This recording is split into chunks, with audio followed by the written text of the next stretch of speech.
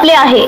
विश्व हिंदू परिषद आणि बजरंग दलाने औरंगजेबची कबर हटवण्याची मागणी करत आंदोलनाची घोषणा केली असता हिंदू संघटनांनी या मागणीला पाठिंबा दिला असला तरी विरोधक मात्र या मागणीला विरोध करत आहेत। काँग्रेसने या मागणीला राज्यातील शांतता बिघडवण्याचा प्रयत्न असल्याचे म्हटले आहे।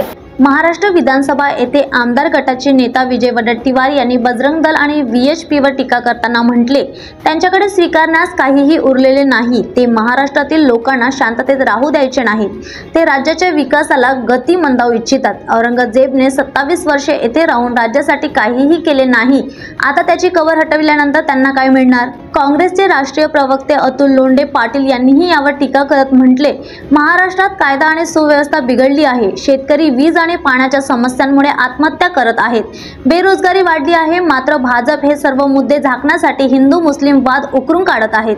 त्यांनी लोकांना PF आणि पेन्शन योजनांपासून दूर करून शेअर बाजारात गुंतविले आणि 5 महिन्यात सामान्य माणूस गरीब झाला आहे। आता लोक त्यांच्या फसवणुकीला बळी पडणार नाहीत। भाजपने आता खऱ्या मुद्द्यांवर उत्तर द्यावे।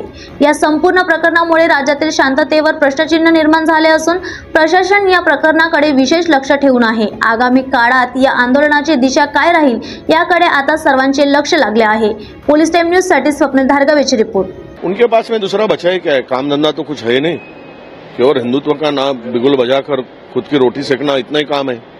अरे औरंगजेब की कब्र खोदने से पहले अपने किए हुए पाप की कब्र खोदो। पहले जो बातें औरंगजेब की होती है उस काल की 400 साल पुराने कब्र को लेकर घमासान करना, इतिहास को तोड़ मरोड़ कर पेश करना, ये इनकी बातें जो चल रही है आजकल, तो मुझे लगता है कि ये सब गंदगी राजनीति की जो हो रही है और त्योहारों में आपस में झगड़ा लगाना, त्योहारों में कुछ गलत शब्दों का इस्तेमाल करके किसी की भावनाओं को ठेस पहुंचाना, इस तरह की बातें अभी आम हो चुकी है।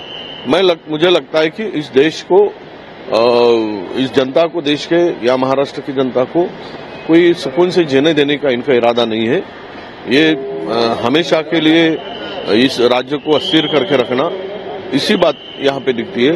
एक बात आखिरी में यही कहूंगा कि औरंगजेब को लेकर हिंदुत्ववादी संगठनों को मैं ये कहूंगा, जब 27 साल औरंगजेब यहाँ रहा तो उसने इस राष्ट्र का कुछ नहीं बिगाड़ सका। अब मरने के बाद में उसका कब्र को खोद के आपको क्या मिलेगा?